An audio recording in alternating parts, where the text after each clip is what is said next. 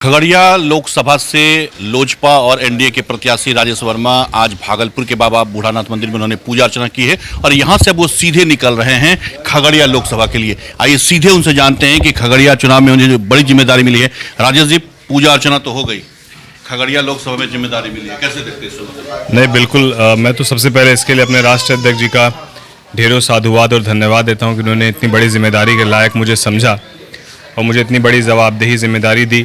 मैं पूरा 100% प्रयास करूंगा कि मैं उनके विश्वास पर पूरा खड़ा उतरूं और आज से खगड़िया वासियों के लिए, खगड़िया की देवतुल्य जनता के बीच उनसे आशीर्वाद लेने के लिए, उनके बीच आगे की रूपरेखा को सुनिश्चित करने के उद्देश्य महादेव का आशीर्वाद लेकर हम लोग आगे बढ़ रहे हैं। वार्ड का चुनाव आपने लड़ा, डिप्टी मेयर बने, विधायक का भी चुनाव आपने लड़ लिया और अब सबसे बड़ा जो चुनाव लोकतंत्र में कहा जाता है लोकसभा का चुनाव, वो लड़ने जा रहे हैं। तो क्या लग रहा है, कितनी जिम्मेदारी बढ़ गई आपको, कैसे देख रहे हैं?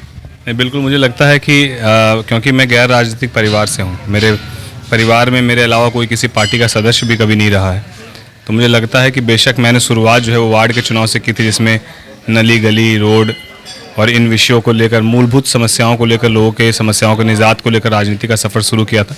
और तब ये सोचा भी नहीं था कि ये गैर राजनीतिक परिवार के किसी बच्चे को इतना बड़ा प्लेटफॉर्म भी मिल सकता है और ये प्लेटफॉर्म देने का काम हमारे राष्ट्रीय अध्यक्ष जी ने किया है।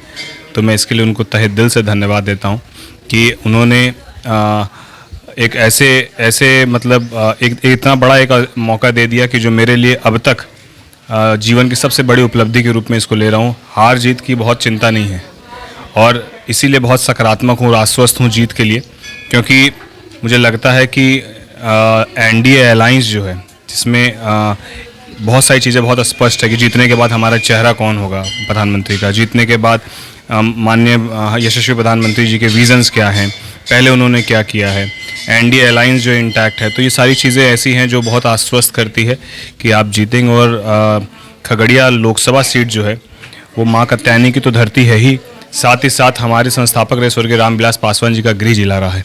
तो मुझे लगता है कि वहाँ के लोगों का भरपूर आशीर्वाद मिलेगा मुझे। रामविलास पासवान जी के नाम पे एक बहारी वाला मुद्दा भी राजेश जी आएगा, आप इससे नकार नहीं सकते हैं, स्थानीय और बहारी, इस मुद्दे को कैसे आप हैंडल कर पाएंगे? देखिए, सबसे पहले मुझे लगता है कि जितने भी लोग हैं वो सब लोकतंत्र को मानने वाले लोग हैं, मैं ये विश्वास करता हूँ। और लोकतंत्र देश के किसी भी कोने से कोई कहीं से भी चुनाव लड़ सकता है, ये इजाज़त देता है।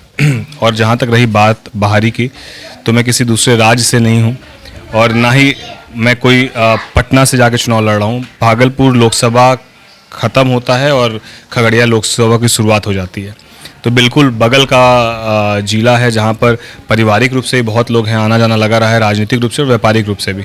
तो सभी मद्देनज़र से खगड़िया आना जाना कई बार लगा रहा है। तो मुझे लगता है जो लोग जब पूरी तरीके से रूबरू हो जाएंगे, मुलाकात हो जाएंगी, तो लोगों को कभी ये एहसास भी नहीं होगा कि ये शख्स कोई हमारे पड़ोसी जिला का भी शख्स था। क्या उनको हमेशा लगेगा कि हमारे खुद के जिला में मुझे इतना प्यार देने वाला इस बार जो है प्रत्याशी मिला है। चलते चलते शॉर्ट में खगड़िया को लेकर क्या विजन है आपका? देखिए, मैं पहले भी कहा हूँ, क्योंकि मैं नगर निगम से चुनाव जीत कर पहले आया हूँ और नगर निगम में रहते हुए मैंने सैकड़ों, क्योंकि भागलपुर तो फिर भी बहुत अर्बन एरिया है और खगड़िया लोकसभा क्षेत्र की यदि बात करें तो वहाँ रूरल एरिया ज़्यादा है, तो जब संभावनाएं बहुत है वहाँ जी। और संभावनाओं के पीछे का कारण क्या है कि मक्का, केला, दूध, मछली, ये सारी चीज़ें ऐसी है जो फूड प्रोसेसिंग अगर हम लोग प्लांट, जो कि प्रिंसटिन फूड पार्क का उद्घाटन हमारे संस्थापक स्वर्गीय रामविलास पासवान जी ने किया था, यही सोच के कि हज़ारों युवाओं को वहाँ पर रोज़गार मिल पाएगा। तो मुझे लगता है जो उनका अधूरा सपना है वो हम लोग वहाँ पर पूरा करने का काम करेंगे, क्योंकि देश भर में वहाँ से रॉ मटेरियल जा रहा है और लोग बाहर मैन्युफैक्चरिंग प्लांट लगाकर उत्पाद कर रहे हैं और आर्थिक रूप से मजबूत हो रहे हैं, रोज़गार भी दे रहे हैं। तो हम लोग अपने ही जिले में क्यों नहीं इस चीज़ को कर सकते? तो मुझे लगता है कि मेरी प्राथमिकताओं में ये सारी चीज़ें रहेंगी। क्या लगता है, मोदी जी की गारंटी में राजेश वर्मा की गारंटी चल जाएगी क्या वहाँ? देखिए, जब पिछले बार जब 2019 का चुनाव था तो 3 घटक दल साथ लड़ रहे थे और जदयू, लोजपा और भाजपा, तब हम लोग 40 में 39 सीट जीत कर आए थे। इस बार 5 घटक दल हैं, इस बार उपेंद्र कुशवाहा जी भी और आदरणीय जीतन राम मांझी जी भी साथ हैं। तो मुझे लगता है जो एक सीट जो हम लोग पिछली बार लूज़ किए थे किशनगंज, इस बार वो 40 की 40 सीट पाने का हम लोग काम करेंगे। बहुत शुक्रिया हमसे बात करने के लिए।